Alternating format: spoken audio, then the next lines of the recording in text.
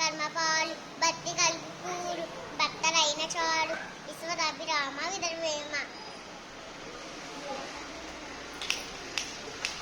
అలుపు తెలుపు బలుపు నారమంగాను సజ్జనుండు బలుకు చల్లగాను కంచి మోగినట్లు కనపంగడు మోగిన విస్తరాది రామ వినురవేమ